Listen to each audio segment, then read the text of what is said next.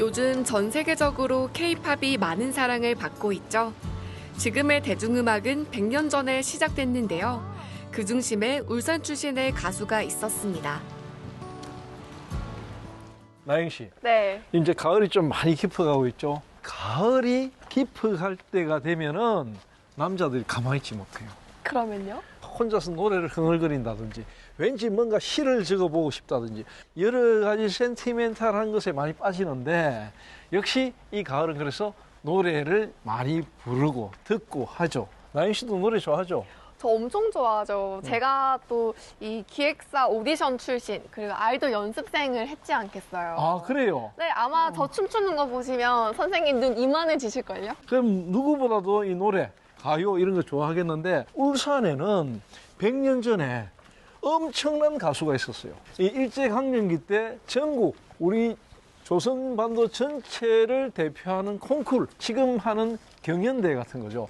거기서 뽑혀가지고 전국적으로 이름을 날린 유명한 가수 고복수 선생님이 바로 울산 출신입니다. 와, 그 시대의 오디션이라고 하니까 벌써부터 궁금증이 엄청 들어요. 그 시대에도 전국의 천재 가수들이 경연을 해서 1, 2, 3등 이렇게 뽑아가지고 음반을 내고 전국을 돌아다니면서 공연을 하는 지금하고 시스템이 똑같아요. 너무 흥미로운데요? 언제 들을 수 있죠? 바로 지금 들으러 가봅시다. 네, 좋습니다.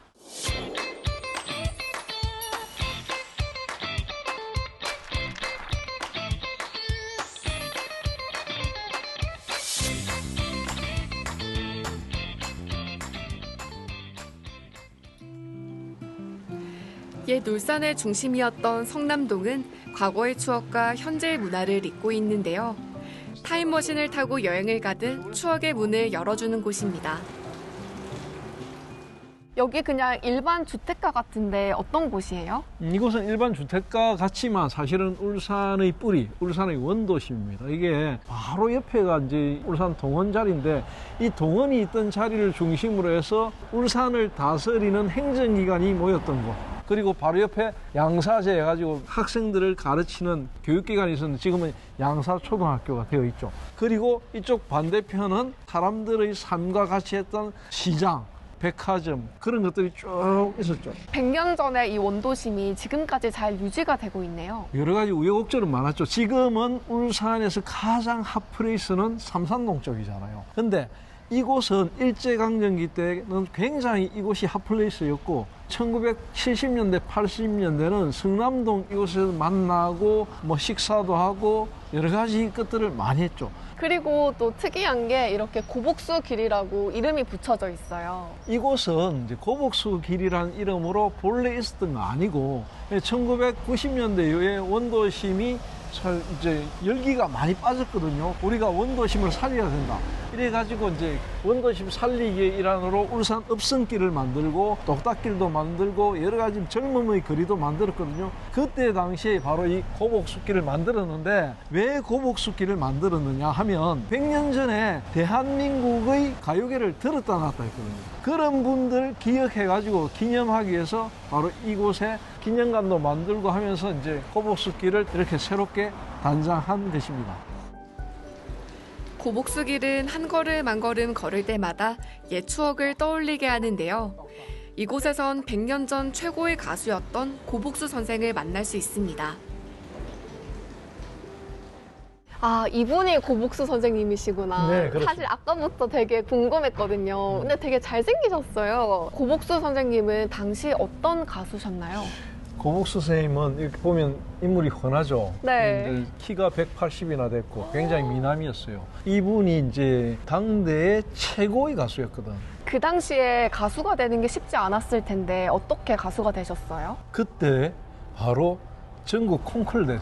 전국 큰 9개 도시에서 예선을 거쳐가지고 예선에서 1, 2, 3등 한 친구들 다 서울로 모아가지고 다시 경연을 붙였거든요.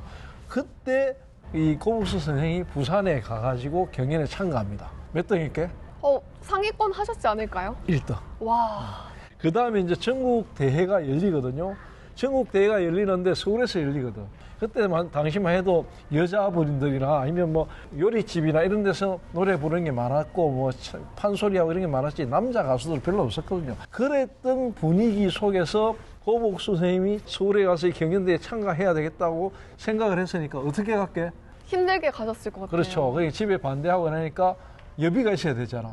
여비를 몰래 아버지가 잠드는 사이에 딱 하는 거죠. 그래가지고 야반 도주를 했어요. 안 들켰어요? 그때 60원을 들고 갔거든요. 네. 서울에 가서 경연대회에 참가를 했어요. 전국에 모인 천재 가수들 가운데 상위권에 입상을 해가지고 당당히 데뷔를 합니다. 그때 시상금 쪽으로 받은 돈이 2,000원.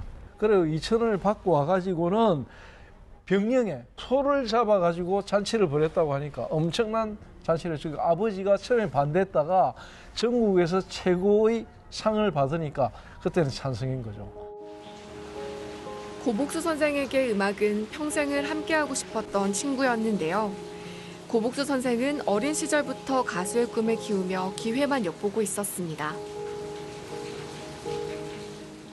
이렇게 들으니까 왠지 고복수 선생님은 유년기 때도 좀 남다르셨을 것 같아요. 남달랐죠. 아버지가 병영에서 국수집을 했거든요. 장사를 하셨으니까 아무래도 뭐 가난하진 않았어요. 그러다 보니까 이제 집에 여러 가지 뭐 신식 문물들 이런 것도 많이 왔겠죠. 중요한 건 그때가 이제 막 괴화 바람이 들어오고 근대 문물이 막 들어오던 시기거든요. 외국의 교회들이 막 들어오고 선교사들이 들어왔거든요. 그러면서 그 사람들이 들고 들어왔던 게 악기들, 아코디언, 건반 이런 거 막 들고 들어왔거든요. 병영에는 특히 울산에서 제일 먼저 교회가 생겼기 때문에 고복수 선생이 교회에 가가지고 어릴 때부터 악기를 막 만졌어요. 근데 악기 다루는 재주가 있었던 거죠. 그 재능으로 고등학교에 특채해가지고 들어갈 정도로 노래에 대해서 되게 관심이 많았고 노래도 잘했고 악기를 다루고 음을 알고 노래를 하니까 더 잘했던 거죠.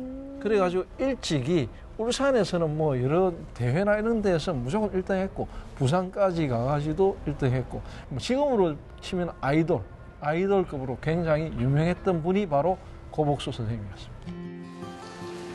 고복수길에 왔다면 꼭 들러야 하는 곳이 있는데요. 바로 고복수 음악관입니다. 고복수 선생의 삶과 노래를 한꺼번에 살펴볼 수 있는 곳입니다.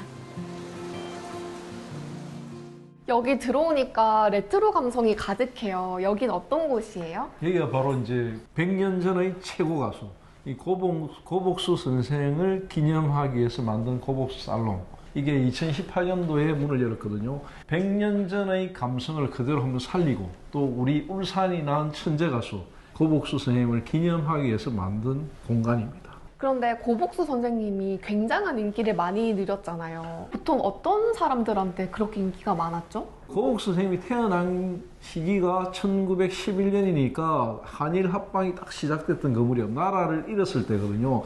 데뷔했을 때는 1920년대 말에서 30년대 초니까 민족의 한이 제일 엄습된 시기니까 조선에 살고 있는 이 조선인들 중에서 우리 조선인들이 한을 노래 부르는 고복수 선생님의 노래를 안 좋아했던 분은 아무도 없죠. 그때 당시에 타양살이라는 첫 번째 앨범이 나와가지고 5만 장을 판매했거든요. 일제강점기 5만 장이면 지금으로 치면 500만 장으로 보면 돼요. 그 정도로 팔았거든요. 그러니까 뭐 말도 못할 정도로 엄청났고 고복수 선생님 이분이 얼마나 인기가 있었느냐면 한국전 6.25 전쟁이 터지니까 북한의 김일성이가 고복수 너무 유명하니까 저 잡아오면 이래 되는 거라.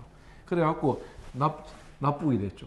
이제 중간에 우여곡절 끝에 탈출해 도망을 나왔거든. 도망을 나왔고 막 나오다가 한국군에 딱 발견이 되는 거라. 누구냐 이러니까 내가 고복수다. 고복수가 누군데? 타양살이 가수 고복수 모르느냐? 안다. 네가 고복수인 거 증명해봐라. 그러니까 그 자리에서 타양살이를 불렀대요. 딱 부르는 순간 고복수가 하게 돼가지고 풀어줬다 하는 일화가 있을 정도입니다. 타양살이 몇 해든가 손꼽아 헤어보니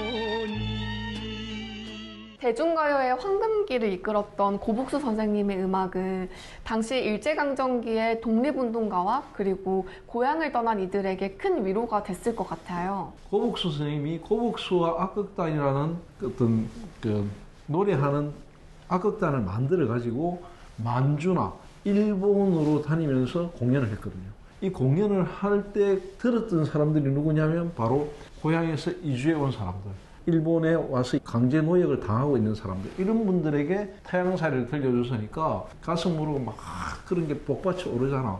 그런 것들 때문에 더 절절했고, 특히 고복수 선생님의 창법 자체가 기교를 부리거나 이런 게 아니고 굉장히 담백하면서도 순수한 창법을 썼거든요. 그러니까 더 많이 폐부를 찔렀다. 그게 바로 남성의 목소리에서 나오는 조선인의 한을 전달했다, 이런 평가를 받고 있습니다. 고복수 선생님의 음악은 그러면 고향을 떠난 이들을 위로하는 망향가 이렇게 생각해도 될까요? 그렇죠. 망향가, 그런 망향가 느낌이 되게 강했기 때문에 일제가 굉장히 싫어했어요. 이 민족 말살 정책을 굉장히 심하게 했던 것이고 내선 일체를 강화했던 시기이기 때문에 우리말로 꼭 노래를 부르더라도 반드시 뒤에부터 아니면 앞에 부분에 일본어를 쓰든지 2절부터 일본어를 쓰든지 하도록 했거든요. 그래서 고복수 선생님은 마지막에 일제강점기 2년 동안은 활동을 안 했어요. 노래를 안 불렀습니다. 왜요? 이제 일본어를 가지고 노래를 불러라. 그러니까 고복수 선생님 입장에서는 이거 일본말로 불러가지고 우리 민족의 한이 전달이 안 되잖아. 이거 아니지. 이래가지고 아예 안 불렀어요. 그래서 일제 경찰의 탄압도 받고 그런 아주 안 좋은 시기도 있었어요. 고복수 선생은 나라 잃은 상실감과 슬픔을 노래에 잘 담아내 대중에게 큰 사랑을 받았는데요. 오랫동안 대중음악 발전에 큰 역할을 했습니다.